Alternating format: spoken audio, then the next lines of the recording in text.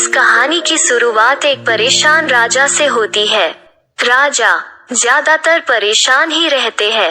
वो राजा अपने मन को शांत करने का बहुत प्रयास करता है, पर उसका मन शांत नहीं हो पाता।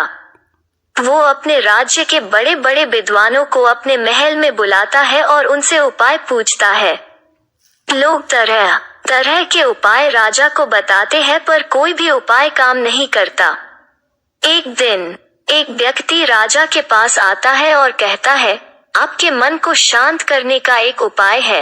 राजा उस व्यक्ति की बात सुनकर बहुत खुश हो जाता है और उस व्यक्ति से कहता है, यदि तुमने ऐसा कर दिया तो मैं तुम्हें उतना धन दूंगा जितना तुम मुझसे मांगोगे। वो व्यक्ति राजा से कहता है, आपका मन मैं तो शांत नहीं कर सकता, पर एक सन्यासी है जो आपका मन शांत कर सकता है। वो कोई आम सन्यासी नहीं, वो एक पहुंचा हुआ सन्यासी है। आप उससे एक बार अवश्य मिले, वो आपकी समस्या का समाधान अवश्य कर देगा। राजा उस व्यक्ति से कहते हैं, कहाँ मिलेगा मुझे यह सन्यासी? वो व्यक्ति राजा से कहता है, यहाँ से कुछ दूर जंगल में उसकी एक छोटी सी कुटिया है। राजा अपने कुछ सैनिकों के साथ उस सन्यासी के पास पहुंचता है और बौद्ध धर्म से कहता है, मैंने सुना है आप बहुत पहुंचे हुए सन्यासी हैं। बौद्ध धर्म राजा को अनदेखा सा कर देते हैं। राजा सोचता है कि शायद बौद्ध धर्म ने मुझे सुना नहीं। राजा फिर कहता है, मैंने सुना है आप बहुत पहुंचे हुए सन्यासी हैं। क्या आप मेरे समस्या का समाधान कर सकते हैं? बौद्ध धर्म राजा का कोई भी प्रश्न का उत्तर नहीं देता। राजा मन ही मन सोचता है कि बौद्ध धर्म उसे कोई उत्तर क्यों नहीं दे रहे हैं। राजा मुद्दे की बात पर आता है।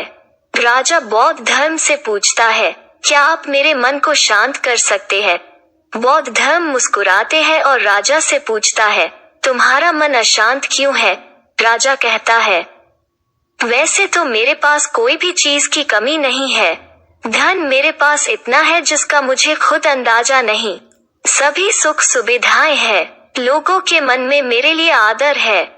मैंने बहुत सारे दान पुण्य भी किए हैं, पर बस एक चीज की कमी है मेरे अंदर।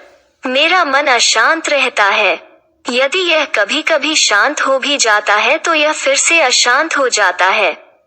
क्या आप मेरे मन को शांत कर सकते हैं? मैं बड़ी आशा लेकर आपके पास आया हूँ। बाकी तो मैंने सब उपाय कर लिए हैं, बस आप ही मेरी अंतिम आशा हो।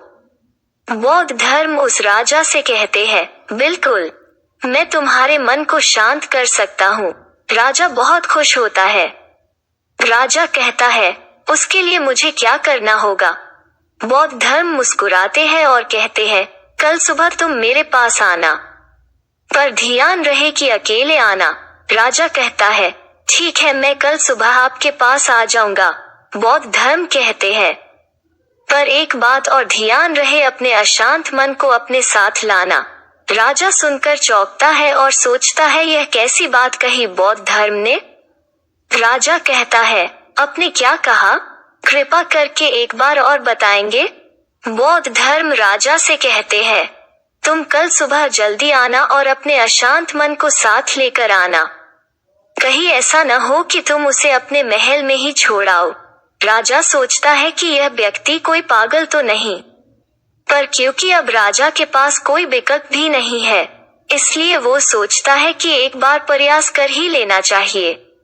अगले दिन राजा अकेला सुबह सुबह बौद्ध धर्म के पास पहुंचता है और कहता है, मैं आ गया।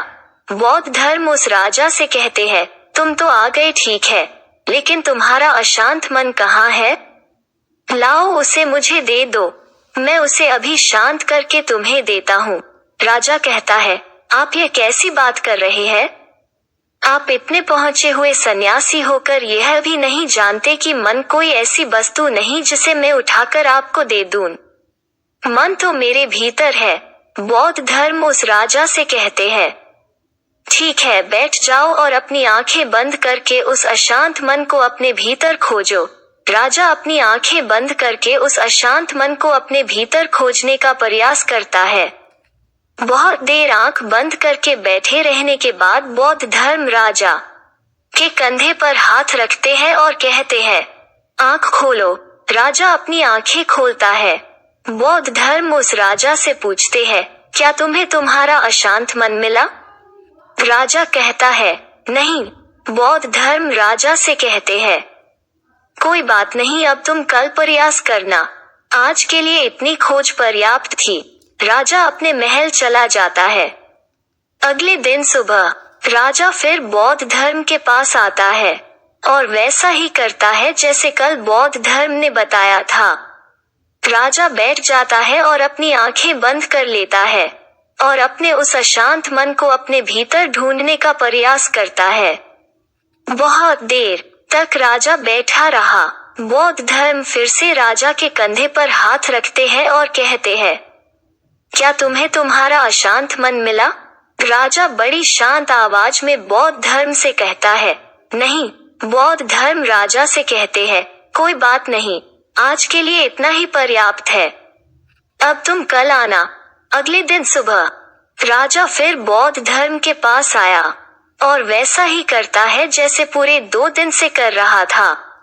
राजा बैठता है और अपनी आंखें बंद करता है और अपने उस अशांत मन को ढूंढने का प्रयास करता है।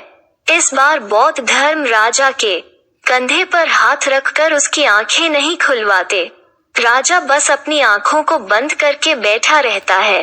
काफी समय बीत जाता है। बौद्ध धर्म राजा के पास ही बैठे रहते हैं। पूरा दिन बीत जाता है, पूरी रात बीत जाती है, पर राजा आंखें बंद करके अपने उस अशांत मन को ढूंढ रहा होता है। अगले दिन सुबह राजा की आंखें खुलती है और जैसे ही राजा की आंखें खुलती है, राजा अपने सिर को बौद्ध धर्म के चरणों में रख देता है और कहता है, मुझे मेरा अशांत मन तो कहीं नहीं मिला, पर वो शांति जरूर मिल गई जिसकी तलाश में मैं अब तक भटक रहा था। उस राजा की तरह आप भी अपनी मन की शांति को कहीं बाहर खोज रहे हैं। वो शांति कहीं बाहर नहीं, वो शांति आपके भीतर ही है। बस आपको जरूरत है उसे भीतर खोजने की।